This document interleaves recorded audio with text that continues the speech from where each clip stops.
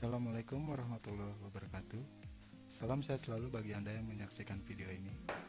Jangan lupa untuk senantiasa berbagi cerita melalui komentar, like, dan jangan lupa untuk subscribe agar tidak ketinggalan update video dari kami. Pada kesempatan ini saya akan sedikit berbagi pengalaman berkunjung ke sebuah kawasan candi di dataran tinggi Dieng, apalagi kalau bukan kawasan Candi Arjuna.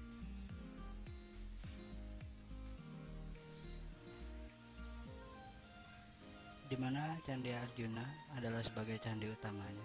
Candi Arjuna menghadap ke barat dengan 8 anak tangga menuju bagian pintu candi. Di bagian pintu candi terdapat bilik penampil selebar 1 meter. Di atasnya terdapat ukiran kalamakara dan di bagian atap ruang penampil berbentuk lancip seperti rumah limasan pada umumnya. Setiap sisi candi, setiap sudut bagian atap terdapat hiasan yang memiliki bentuk mahkota bulat dengan ujung runcing. Namun saat ini hiasan di setiap ujung atap banyak yang sudah rusak. Ketika kita memasuki kawasan candi, maka kita diwajibkan untuk menggunakan kain yang diikatkan di pinggang sebagai bentuk penghormatan terhadap tempat suci, karena candi merupakan tempat suci bagi agama Hindu.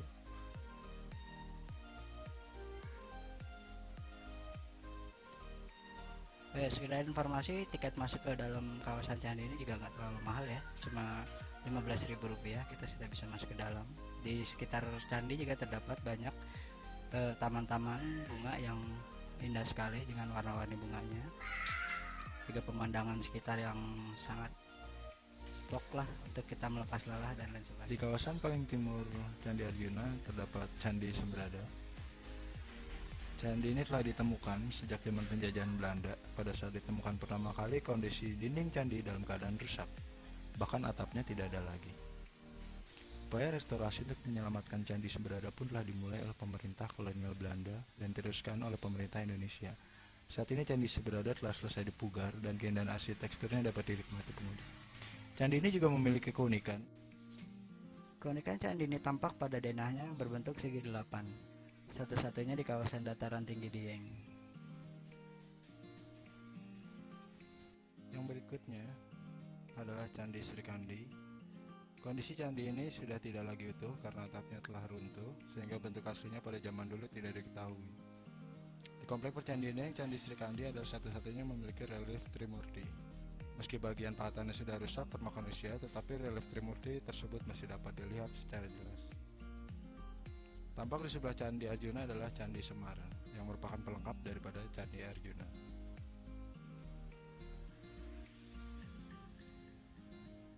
Hawa di kawasan percandian Dieng ini dingin ya, karena berada di 2000 mdpl, sehingga jangan lupa kalau kita ke sana harus sedia jaket.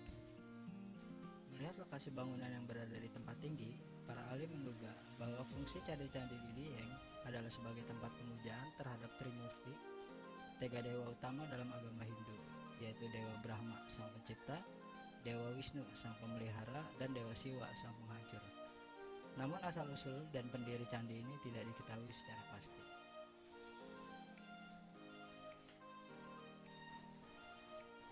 Di kawasan candi ini juga kita dapat menemukan bekas-bekas pondasi bangunan-bangunan dan benda-benda yang bernilai sejarah kepurbakalaan.